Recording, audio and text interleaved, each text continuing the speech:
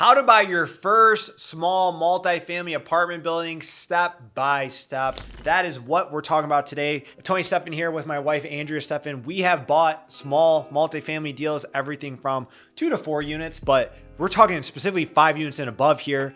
We've bought 7 unit, 8 unit, 12 unit, 16 unit, 42 unit, 56 unit, and 100 units. And I want to give you guys the step-by-step blueprint for free. I mean, could have probably turned this into a course and could have taught this over a long period of time, but I'm going to give you the quick and dirty version so you can buy your first small multifamily deal and you can use this as a blueprint to learn from people who have actually walked the walk, who talk the talk, and who have done it. So we start with single family. I know you're a very big proponent of starting with single family to get experience, which is great. We did the 2 to 4 units and now we own apartments. I mean, would you buy a single family deal again today? Not today. No. Not today, knowing what we know. So we want to give you the blueprint of what to follow to buy your first multifamily deal, because it is a little overwhelming going from 1 to 4 units into multifamily if you've never done it before. Right. And I know we had a lot of apprehensions and we thought like, oh my God, it's got to be so much more difficult, so much more challenging. It's actually pretty simple once you understand it. First thing I would say is define your goals and strategy. And you're a real estate broker. You are an agent, you work with a lot of investors and you've sold. So not only have we just bought our own multifamily, you've sold clients a 12 unit, 28 units, you're under contract on a 9 unit right now. So you actually sell first time investors their first multifamily deals. How important is it to understand your goals with multifamily? I mean, that's the biggest thing. That's what you have to start with of why you're buying this property, right? So what might not work for somebody else will work perfectly for you. Love that. People ask all the time. They're like, Tony and Andrea, you guys buy these properties. Like, what's your cash flow? What's your this? What's your cash on cash return? I don't know. I don't care. Back to what you said is, what is your goal, right? Our goal, number one, is we buy multifamily real estate to eliminate our tax bill. And I think we are so polarizing to the YouTubers and the gurus out there who talk about cash flow and talk about early retirement and living on a beach. Like, I'm not trying to retire early. Are you? We love our businesses. We love what we do. I view real estate and multifamily real estate as a great way to get appreciation, to beat inflation. Like, there's so much talk right now that inflation is not going away, right? So I don't like gold as a hedge against inflation. You know, you got to beat inflation nowadays. And a lot of people are like, oh, buy gold. But what does gold not do? It doesn't cash flow like real estate. It doesn't cash flow like real estate. So I look at it as a hedge against inflation, right? As a way to get appreciation, right? The value to go up. We love the BRRRR strategy. Buy a deal, be able to fix it up, improve it, rent it out, increase the rental income, increase the property's income. When you're buying multifamily, you're buying a business. Compared to 2 to 4 units or single family, that's just buying a rental property that's valued based on comparable sales. Right. Multifamily is based on the income. If you increase the income, you can refinance it and get your money out of the deal. We've done that 5 times, right? Since 2021, we've bought a deal, put money down, and a year or 2 later, get all of our money out and still own the deal. The tax benefits are substantial on a real estate, on a multifamily real estate deal. And then there's a little bit of cash flow. So what are your goals? If you're like, I'm a cash flow investor, you might want to buy single family homes in like Detroit City. There's just super high in cash flow. If you're an appreciation play, it's a different thing. Like, we love the tax benefits and we love the BRRRR strategy. That's why multifamily is home to us. Don't think just because I buy 20 units, it's better than a single family home. Depends on your goals. If you buy a single family home for $500,000 and a year later it's worth $1 million, that might be better than 20 units, right? So don't just get caught up in doing multifamily because it's what everyone else is doing or it's bigger is better. It's all about what's best for you. The best investment strategy is the one that you enjoy and the one that you can stick to. So let's talk about step number 2, which is now financing, right? Financing on a single family rental property, 1 to 4 units, is a lot different than multifamily. You deal a lot with single family investors. So if I'm looking to buy a single family home right now, 1 to 4 units, let's say, like what type of down payment am I looking at? What type of interest rate? What type of like terms? What type of amortization? What does all that look like? Yeah, so if you're looking at single family for investing, you can go anywhere from like 3% to 25%. It all depends. So if you're looking at a property that you're going to live in too, you can go anywhere down to 3%. Crazy. You can't live in your own apartment. Yeah. I mean, you can live in your own apartment building, you could. but they're not going to give you 3% down for it. So you're getting a 3% down payment. You're getting a 30-year fixed rate loan, right? Over a 30-year amortization. That means every payment is spread out over 30 years, Right. but you have a 30-year term. So there's Right. no what's called a balloon payment, which we'll get into in a second. There is a pre-approval, Right, though, right? You have to get correct. pre-approved. Yes. What is that? Just off the cuff, what does that take? Pre-approval, so you're gonna get your credit pulled, and then you're gonna have to provide, your employment and things like that, your bank statements, all your typical things that they want to know about your history Yep. before purchasing. Once you have this pre-approval, you're pretty much good to go, right? As long as the deal appraises, then you're good to go, Right. So it's like in single family, and I'm going to draw the contrast in a second here to multifamily, because we're not talking about single family, but once you get that pre-approval, it's like you're pretty much cleared. So let's talk about like the difference of like a multifamily loan now. Now, a multifamily loan typically is going to be a 5 to 10 year term on a 20 to 25 year amortization. So let's just say a lot of our deals, we were able to do a 10-year term on a 25-year am. So a 10-year term means I have 10 years to pay at this interest rate before the remaining balance of my loan is due. It's called a balloon payment. A 25-year am means I'm making payments over as if it was over 25 years. Because if you did a 10-year term and 10-year amortization, those payments are so high. So I get this a lot. So what happens after the 5 years? What do I do? That's a How do I great pay question. that? That's a great question. Well, you don't have to payment. They're not expecting you to pay it off in the 5 or 10-year term. They're expecting that you're either going to refinance it or you're going to sell it and move on. But typically you refinance it, you pull out your gains, and then you keep the property. That's the beauty of multifamily because they're expecting it to go up faster in value than a single family home because it's based on the business value, which we'll get into. I used to think that was a disadvantage. I used to think like, man, I really want a 30-year fixed and a 30-year am because I want to put a tenant in there and pay it off. Well, that's a very slow way to wealth. That's why we sold all of our single family homes. Like I said, when you're doing the BRRRR strategy, well before that 5-year term, you've increased the value. You're able to pull out your gains and then put it on a 10-year term. So then you have 10 years to just kind of pay it down. And then the values, hopefully, if you bought it in a good area, going to continue to go up because real estate goes up over time. So if you refinance, does that balloon start over with the same? Do you get new Great terms? question. Yep. So when you refinance, it's like a whole new loan, right? So you're paying off that old loan. You're starting a whole new loan. So let's say I had a 5-year term. I refinanced it within 2 years. Now I'm getting a whole 5-year term. So it starts all over again. Like Barbara Corkin, the Shark Tank, she's like, I love those 5-year terms because every 5 years I refinance, I pull my gains out. And she's like, I just take money from the bank every 5 years, but I keep the asset. Right. And she says she's had properties that she's done that for 30 years on. Yeah. So that's pretty amazing. We're getting ready to do our second refinance on one property that we bought in 2021 coming up in 2026. So we've already got... Yeah, it goes fast. That's what I mean. It goes fast. And it's a pretty amazing thing. Something else I want to stress to you guys is there is no pre-approval in multifamily. Right. How this works, you could do a whole masterclass on this, but you're going to get a term sheet first. So if you make an offer on a multifamily, you do not submit a pre-approval, right? And if your lender is talking to you like, I'll get you pre-approved for a multifamily, it does not exist. So you might be talking with the wrong lender or just maybe someone who doesn't understand what they're doing.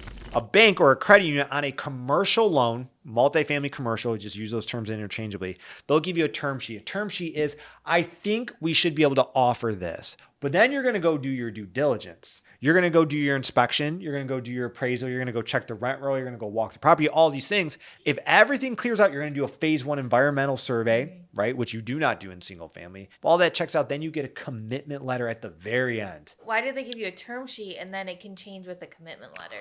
Well, it can change. That was a great point. It can change. Your initial terms can change with the commitment letter because they need to do their due diligence. You're now taking a business loan, right? It's not a personal loan. It's a business loan. So they need to protect their funds, which is their members' funds, right? And they need to do their due diligence. So they need to see the appraisal. They need to see the phase 1. They need to send it to an underwriter who's going to evaluate everything and make sure that they're protecting the bank or the credit union's money. So it's very, very different. So understand that. We've had terms change at the very end with a commitment letter. And now I've learned, and what I want to tell you guys to do, when you get a term sheet, ask them how soon before I can get a commitment letter, because that term sheet is not approved until you get that final commitment letter. Single family, you get a pre-approval, you're good to go. So should you be talking to lenders before you even have a property? It's hard to do. Yes, it's hard to do that because they're going to say, well, we need to underwrite that property, but you should definitely have a good stable lenders. When I know I'm submitting offers, I'm getting my lenders ready. Right. Absolutely. So that's a huge thing. So step number 3 is build your team. And this is where you're going to be key because you are the team. Like I find the deal, I negotiate the deal, I buy the deal, I negotiate the lending,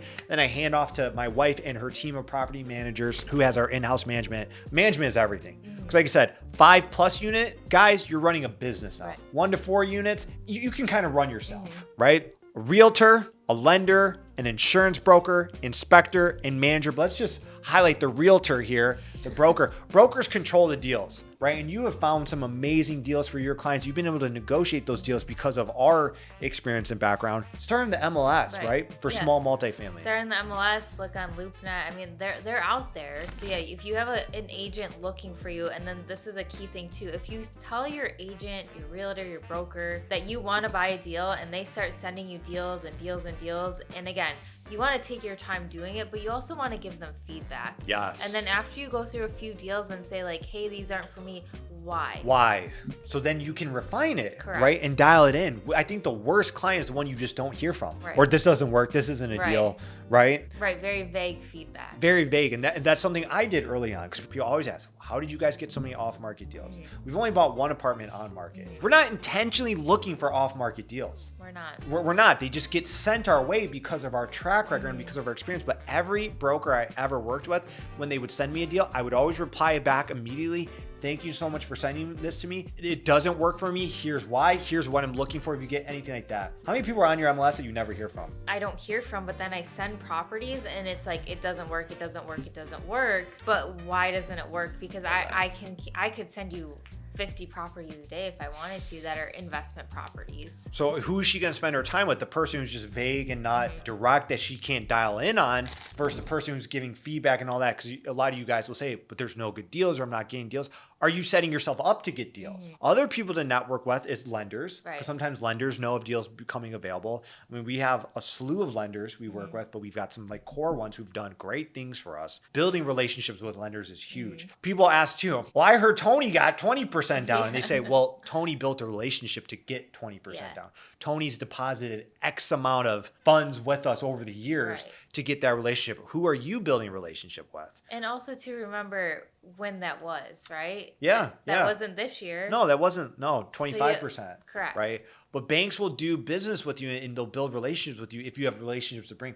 We have other businesses, so we can bring funds from other businesses to banks. We have deposits. We have long-term goals, right? If you're like, I'm just trying to buy one deal and be done, you might not have as much leverage. So a lender, insurance broker, especially with the way insurance is, you need a good multifamily inspector. It's different than a single family. Remember on the 56 unit when we pulled up with our single family inspector who was fine, but the broker's like, Nessa, like, what are you guys doing? Because that was our first big deal. It was, yeah. Right? And they were a little nervous. Could we take it down? But we took it down. And then manager, who's going to manage the deal? Because management is everything. So now that you've built your team, you're ready for step number 4, which is to analyze the deal and understand what matters. So basic multifamily money-making formulas here. Remember, multifamily is a business, and a business is valued based on the profit it produces. If we wanted to own a restaurant, what type of restaurant would you want to own? Italian. So, all right, Italian restaurant. The more baked ziti we sell, the more profit we make. Right. The more profit we make, the more what? Valuable our business is, right?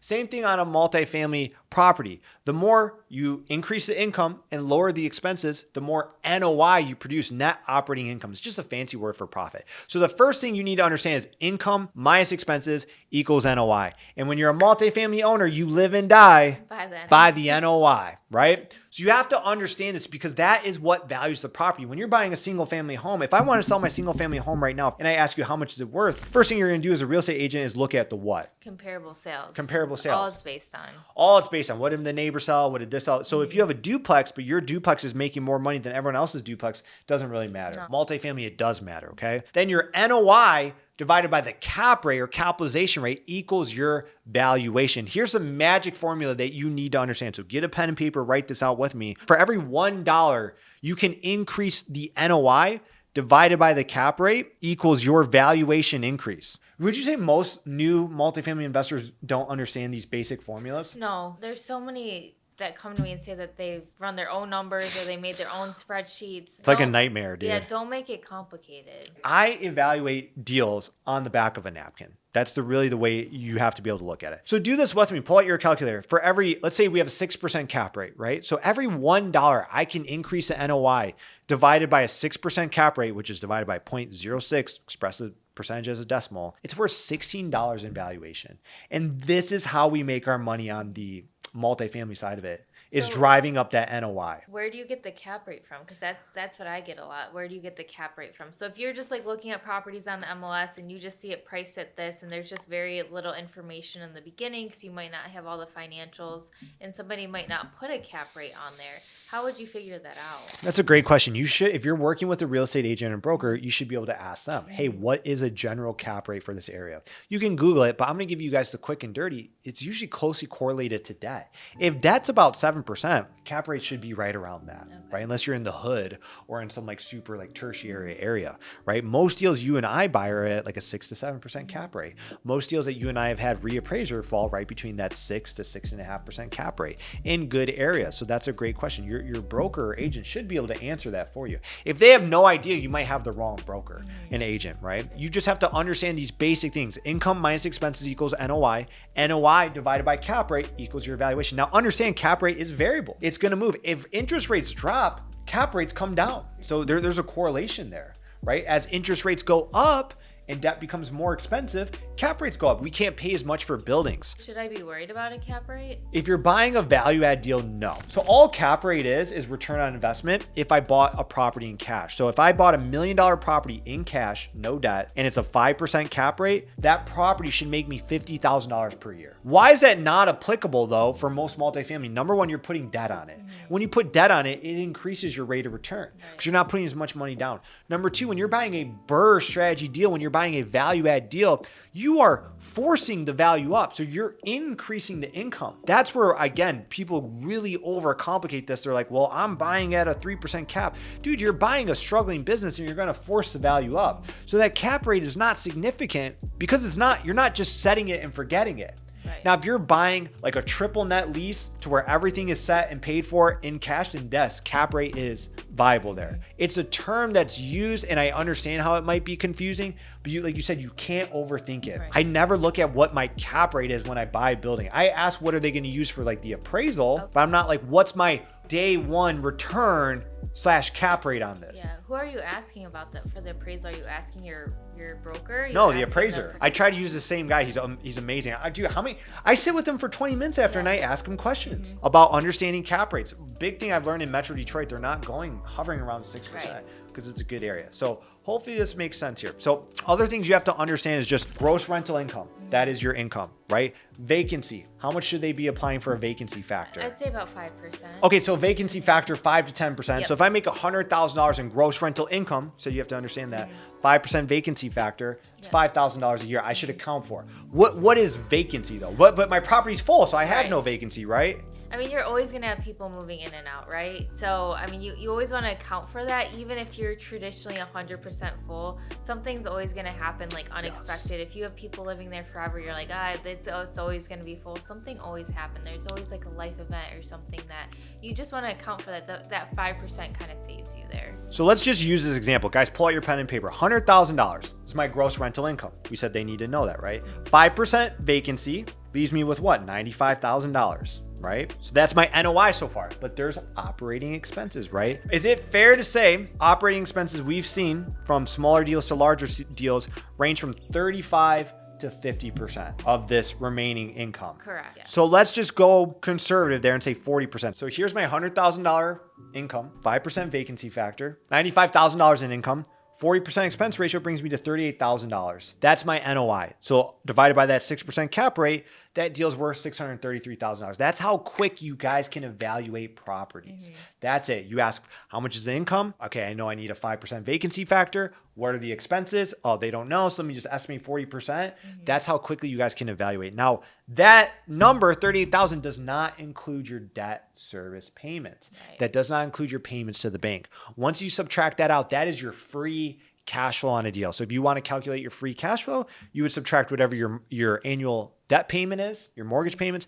That is your cash flow. That is multifamily evaluating and underwriting 101 to keep it simple for you guys. Is this helpful? Do you have questions on this part? Drop a comment below. All right, let's move to step number 5. Now you know how to underwrite. How do you find deals? Off market, on market, MLS, LoopNet, CoStar. Where should I look? If I'm new, I don't want to spend a bunch. We have CoStar. It's a great tool. It's about $600 a month. You don't need that right away. I say work with an agent and tell them your goals. I think that's the best way to go about it. I mean, in our areas, it's a small small world, right? So I mean, you don't want to be the person that's just jumping around agent to agent. And also too, that's to have proper representation. 100%. So you just want to make sure that you're working with somebody that's knowledgeable, someone that can bring you deals, and that doesn't necessarily mean that they can just bring you off market deals. Yeah. They're bringing you deals that they know are, I say it lightly, a good deal, but fits your buy box, right? 100%. Because they know you, so that it fits your buy box, so that makes it a good deal. So yeah, that's what you, and then you're on the MLS. They're looking for you in other areas. They're connecting with their brokers and their other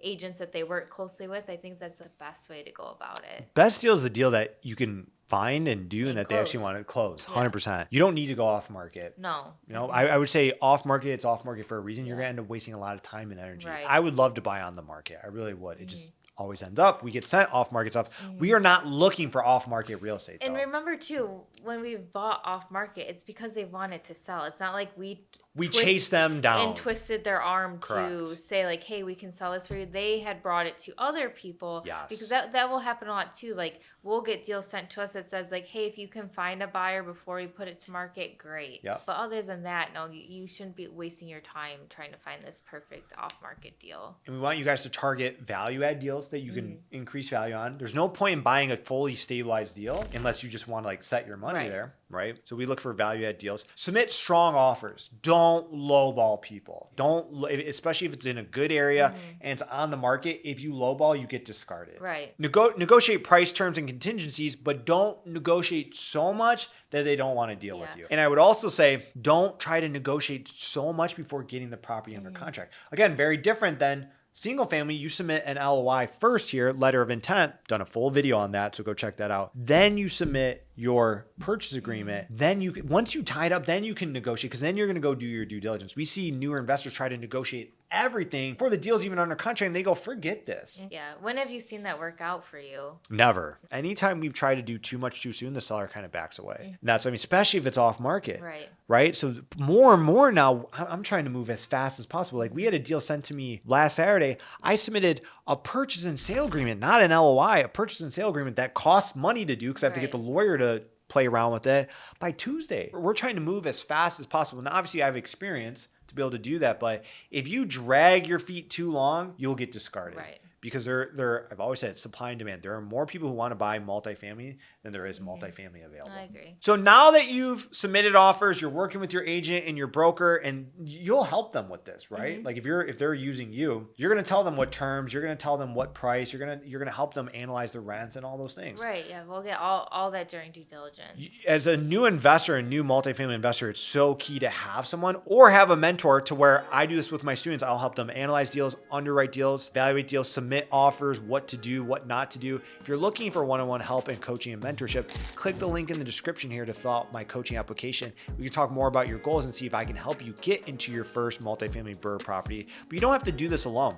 The most important step is step number 6 here, which is complete due diligence. Review the leases, rent roll, expenses, maintenance history. Now you're really digging into the property, right? Give them some just high level, because there are so many things you can talk about here as a property manager and operator. What are some key things they have to look for in due diligence, and how important is a professional inspection? Don't go through with your Uncle Larry who can turn a couple wrenches. It's super important to get the inspection done just to make sure anything like major isn't wrong with the property during due diligence. You're getting the rent roll, you're getting tax returns, you're getting utility bills. That's a big one. That's a really big one, because like the one year we bought the 56 unit, that year gas had skyrocketed. That was the pandemic. Yeah. So then it came down. Right. So we were like, how are we going to pay? Great success. How are we going to pay for these, the common area? Because we were paying for gas there. Yeah. So we were like, how are we going to pay for this? But then the next year it went completely down. Yeah. But you have to verify, right? So you're just verifying that at that point, because before you get under contract, why don't you talk about a little bit like the information you're getting? Am I getting all this before? Love that. When you're buying a business, you will never have all the information you need. Your job is to, before you submit an offer, you're going to have a cursory level of information. You'll have a rent roll, a T12. A T12 is just a trailing 12-month profit and loss statement, and maybe like a little marketing package that the broker puts together. That's it. Then you're not going to go see units. You're not going to go get utility bills. You're not going to go get tax returns. You have to be under contract because, again, they're giving their business financials away. They're not going to just give that away to anybody. You go under contract, then you get this information. And your job is to get as much information you can to comfortably do the deal. But you will never know everything. You coined the brilliant phrase that it is not your deal until 1 year later. So you buy it. It's not really my deal. If I buy it in March 2025, it's not really my deal. Let's say it's a 10-unit apartment. It's not really my deal till March 2026. Why? You don't really know the property until you really get into it, right? You can do the inspection, you can do all the due diligence that you want, but until you're really into the property and how the tenants are taking care of the property, how like you're working with the contractors, things like that, your maintenance team, your management team, that's when you really know how to run the business properly. It's due diligence is like dating. You go on a couple dates with people. Then you decide, do I want to get engaged? Then you're saying, let's get married. And that's like when you get married is like the day you close on the deal, which we'll get to it. Now you really find out, who is this motherfucker? I didn't know you snore at night. I didn't know when you're upset you go to Louis Vuitton and charge up the Amex. I didn't know you leave your dirty dishes in the sink soaking, right? My wife doesn't do any of those things. I'm just saying, like, you don't know what you're getting into until you move in together, you get married. That's what buying a property is now a marriage. You're going to find out the dirty laundry that just didn't come about. So your job is to find as much as you can. This is what really trips people up is they think they're going to have every bit of information. You never will. So you're looking for those things. You are going to do a phase 1 environmental survey, right? Which is, it assesses like the land. I've had some crazy stories with that. And you're going to do an appraisal. Then if that checks out, the bank issues a commitment letter. And now you are able to do step number 7, close the deal. So you get your commitment letter, you got your term sheet, everything checks out. They've underwrote it, everything looks good, it passes inspection, passes phase 1, commitment letter, you're good. Now you wire the money because a lot of people don't understand. You put your EMD, your earnest money deposit down. The rest of that large sum is not due till closing. Right. So now you're going to wire your remaining money over. It's equity. So let's say I'm buying a $1 million property, 25% down, $250,000. My EMD was $50,000.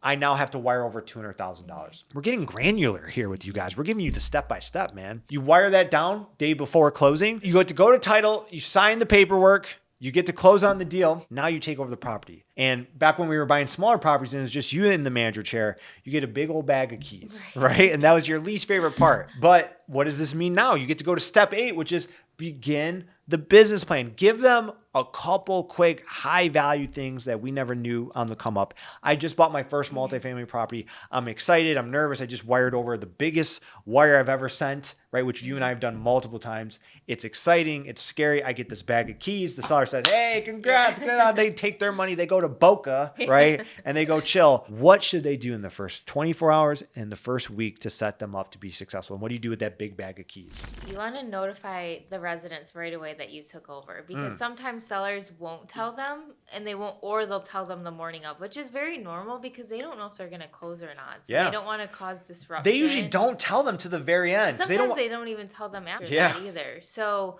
which is, again, it's a delicate thing. So I don't think there's any right or wrong way to make that transition. But what we have done is get documentation not even dependent on what they're telling the tenants, but saying that we are the new owners, signed by the previous owners. So that will negate any misinformation that they're getting. But you want to get those notices out ASAP. Yep. Love that. What are so now your guys' goal now, you took over this property, your job is to lower their expenses, increase the income to boost the NOI. When you do that, it's a home run property because our goal is always when we buy a property, we want to be able to refinance that BRRRR strategy, that refinance, pull all of our equity out or down payment out within 12 to 24 months. But you got to be able to improve the property. Give them a couple key things that they can do that you've done to either lower the expenses or increase the income of the property. I think the first thing is looking at utility bills. Bingo. And the utilities that the residents are paying. In our area now, becoming more and more that residents are paying all their utilities. Yes.